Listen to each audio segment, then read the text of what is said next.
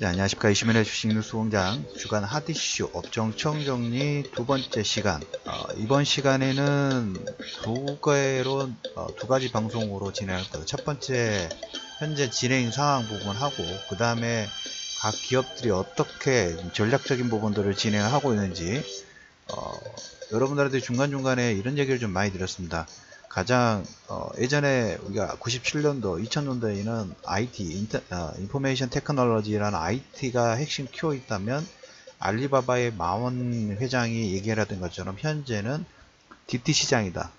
데이터 정보가 데이터를 어떻게 잘 가공을 하느냐, 빅데이터를 어떻게 만들어서 인공지능 부분을 하느냐, 데이터 썸이라는 그런 얘기를 좀 드렸어요.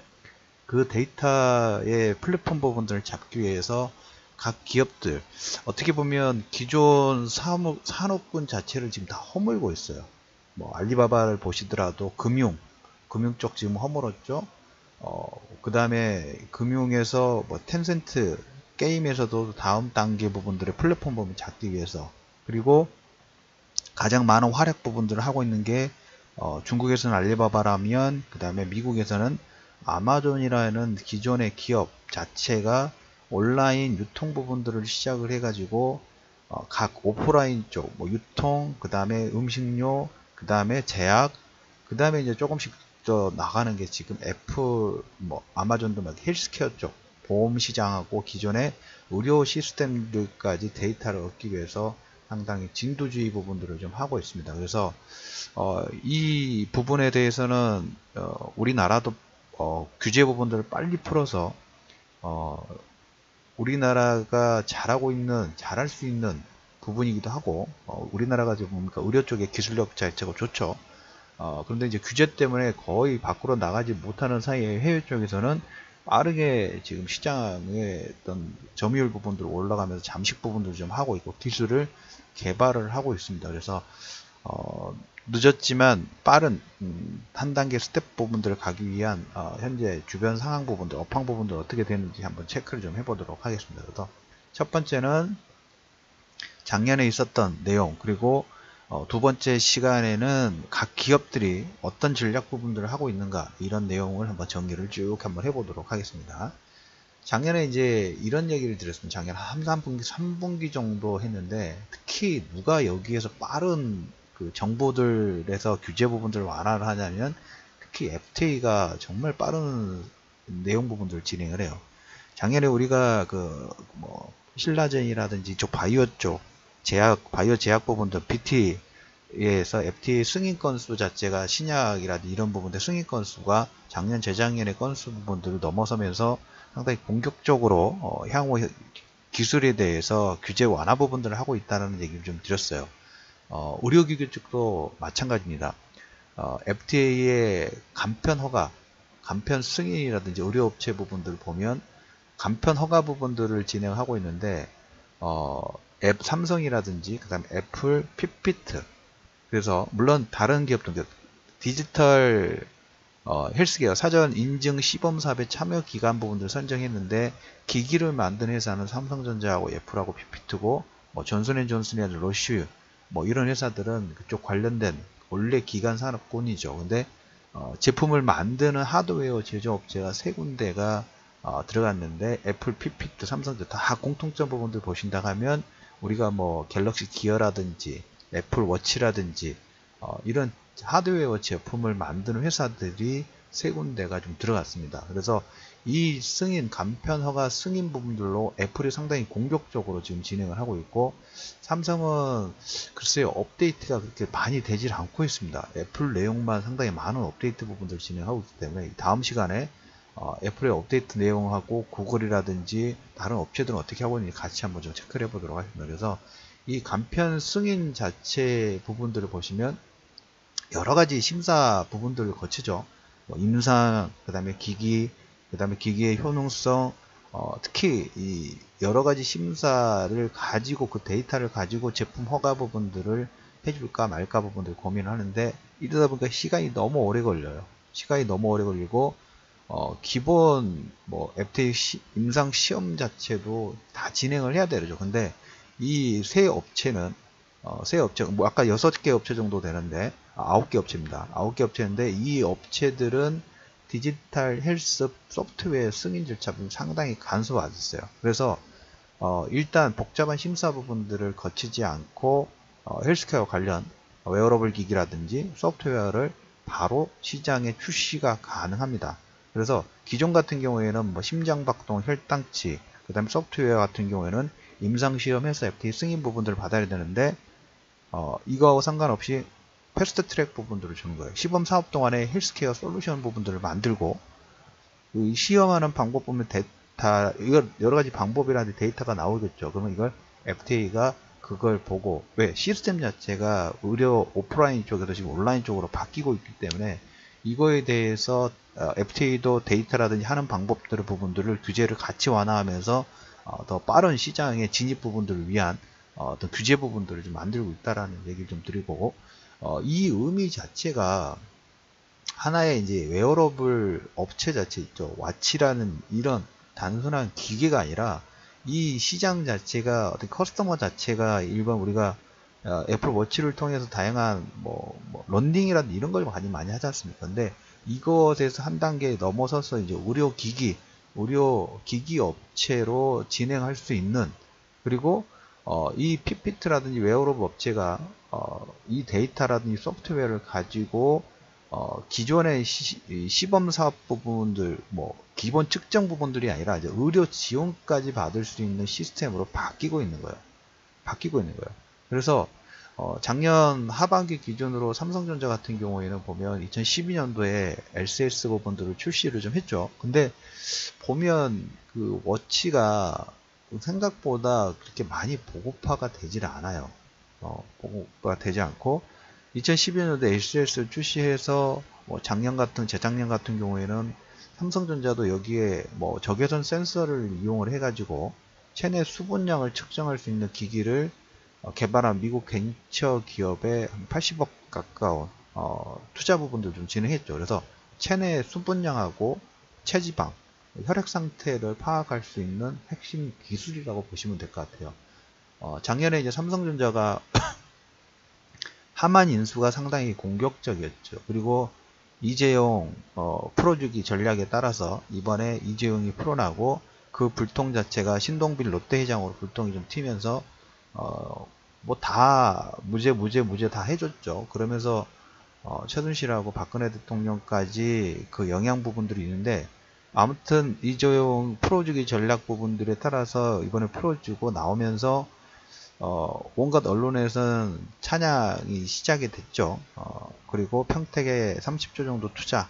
아마 좀 더 이 시장의 이런 부분들을 무마시키기 위해서라도 좀 더 공격적인 M&A 부분들을 진행할 수 있는, 할 가능성 자체가 큰, 이런 유화적인 정책 부분들을 펼 필요가 있을 겁니다. 그래서 하만 인수 이후에 지금 평택 반도체 쪽, 그 다음에 이제 의료 관련된 내용 부분들은 업데이트가 좀 안 되고 있어요. 그래서 작년에 아무튼 적외선 센서 이용 체내 수분량 측정하는 미국 벤처 기업에 이미 한 80억 정도 투자를 진행해 놓은 상태고, 애플 같은 경우에는 보면 혈당 측정기 개발을 위한 비밀 사업 조직 부분도 운영을 하고 있습니다. 그래서 2부에서 이것은 이제 회사 내용 관련된 부분 좀 더 디테일하게 얘기를 좀 드리도록 하겠고, 지금 의료기기 쪽도 이미 의료 유비쿼터스 시장 부분들이 좀 되고 있어요. 거의 지금 매년 20조 정도 되는데 14%에서 계속 고성장 부분들 하고 있어요.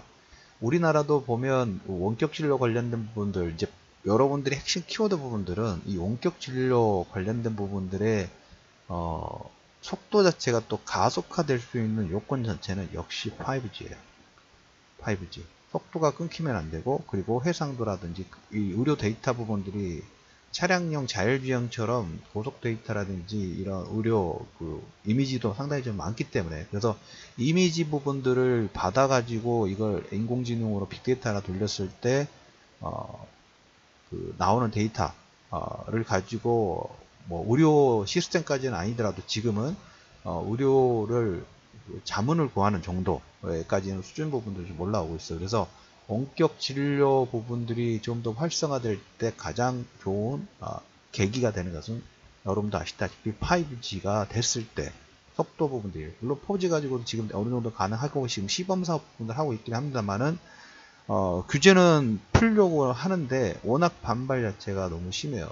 지금 뭐 4차 산업혁명교회에서 규제 완화 부분들을 하기 위한 패스트 트랙 부분들 계속 좀 노력을 좀 하고 있긴 합니다만은 아직도 이 부분은 워낙 기존의 업체들의 그 반감 자체가 크다 보니까 한 단계 스텝 부분이 나가기가 상당히 좀 어려운 부분이 없지 않아 있습니다. 근데 그런 부분 중에 해외 쪽에서는 상당히 공격적으로 나오고 있어요. 2014년은 오바마 케어 부분들을 실시하면서 종업원 50인 이상은 무조건 의료보험을 제공해서 원격 의료도의 선호도 자체가 미국 같은 게 상당히 높은 상태고, 이미 2015년도에 나스닥 상장 미국의 최초 원격 진료 업체 부분들이 이미 나오고 있어요. 그래서 중국 같은 경우에도 보면 워낙 낙후됐죠. 그래서 우리나라에 보면 해외 쪽에서 원격 진료 관련된 시스템을 구축을 해달라 라는 러브콜 부분들이 상당히 많이 들어오는데, 국내에서는 상당히 외면을 좀 받고 있죠. 그리고 조금씩 좋아지는 게 이 웨어러블 기기에 따라서 보험 상품의 가이드라인 부분들이 업데이트가 좀 되고 있어요. 그래서 뭐 연간에 한 300만 보 이상 걸으면 보험료를 할인해 준다든가, 저건 자체는 뭐 해외에서도 하고 있는 거긴 합니다만은, 최근에 이거 관련된 상품 부분들 나와서 약간 저는 웃었어요. 그래서 보험업체에서는 그 데이터 부분들을 가져가니까 좋은 부분이고, 그러면서 보험 상품 부분 조금 할인해주는 그런 효과 부분들이 있긴 합니다만은, 하루에 10,000보 이상 걷기는 그렇게 쉽지는 않습니다. 근데 그걸 매일 걸었을 때 한 달에 뭐 2, 30만 보 정도, 연간에 300만 보 같은 경우에는 보면 여러분 보세요.